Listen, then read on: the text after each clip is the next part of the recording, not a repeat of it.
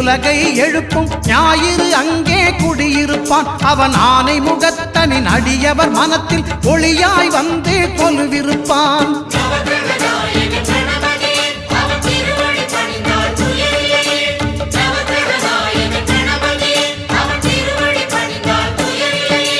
ஒன்பது கோளும் ஒன்றாய் காண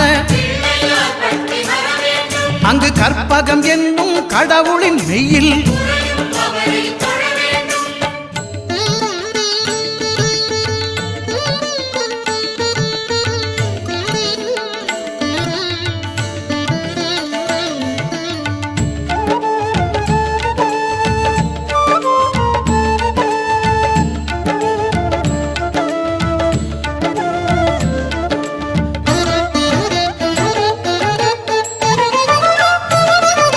திங்கள் பகவான் திருமுகம் காண